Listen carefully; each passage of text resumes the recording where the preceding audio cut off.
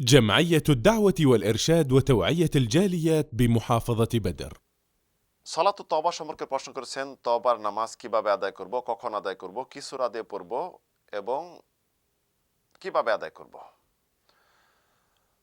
আলহামদুলিল্লাহ ওয়াসসালাতু ওয়াসসালামু আলা রাসূলিল্লাহ ওয়া আলা আলিহি ওয়া সাহবিহি ওয়া মান ওয়ালাহ ওয়া বাদ। আল্লাহ সুবহানাহু ওয়া তাআলার বিশেষ অনুগ্রহ অনুকম্পা দয়া, তিনি তওবার দরজা খুলে দিয়েছেন। এটা বিশেষ দয়া অনুকম্পা।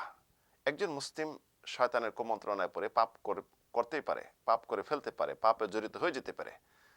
তখন উচিত হবে তৎক্ষণই যেন আল্লাহ সুবহানাহু ওয়া তাআলার কাছে পাপগুলি মোচন করে নেয়, গুনাহ থেকে সম্পূর্ণ নিজেকে মার্জনা করে নেয়।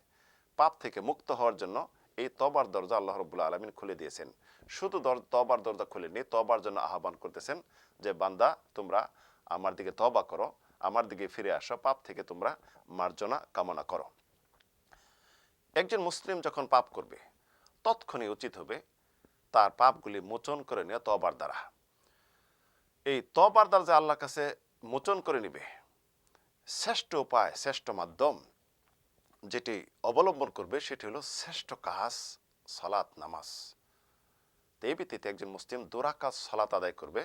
সালাত আদায় করে এই সালাত দ্বারা ওসিলা করে বা সৎ কাজের ওসিলা বৈধ আল্লাহর কাছে দোয়া করবে, পাপ থেকে মার্জনা চাবে। তখন আল্লাহ সুবহানাহু ওয়া তাআলা তার পাপগুলি মার্জনা করে দিবেন। এই বিষয়ে হাদিস ইমাম আবু দাউদ রাহিমাহুল্লাহ বর্ণনা করেছেন, সহিহ হাদিস আবু বকর সিদ্দিক রাদিয়াল্লাহু থেকে বর্ণিত। তিনি বলেন যে রাসূলুল্লাহ সাল্লাল্লাহু আলাইহি ওয়াসাল্লাম ইরশাদ করেছেন, মা মিন আবদিন ইউযনিবু যামবান ফায়াহসুনুত তুহুর সুম্মা ইয়াকুমু ফায়ুসাল্লি রাকাতাইন সুম্মা ইয়াস্তাগফিরুল্লাহ ইল্লা গাফারাল্লাহু লাহ।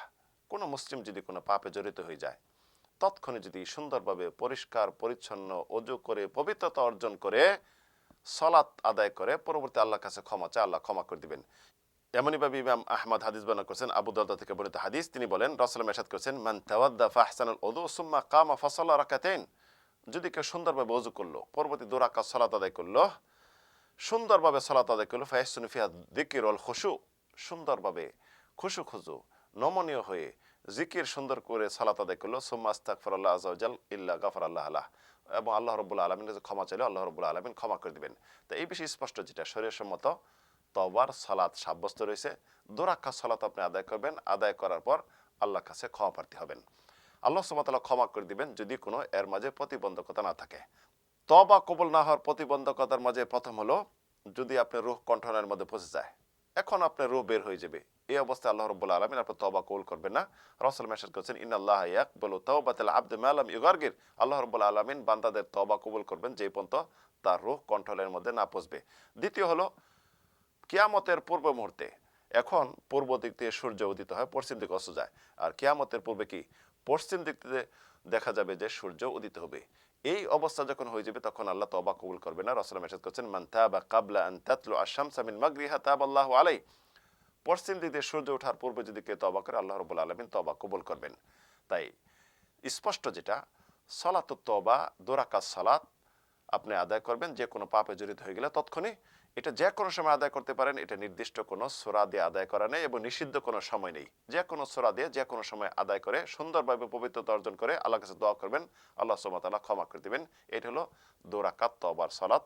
আল্লাহু তাআলা আলাম। ওয়া সাল্লাল্লাহু আলা নবিনা মুহাম্মদ।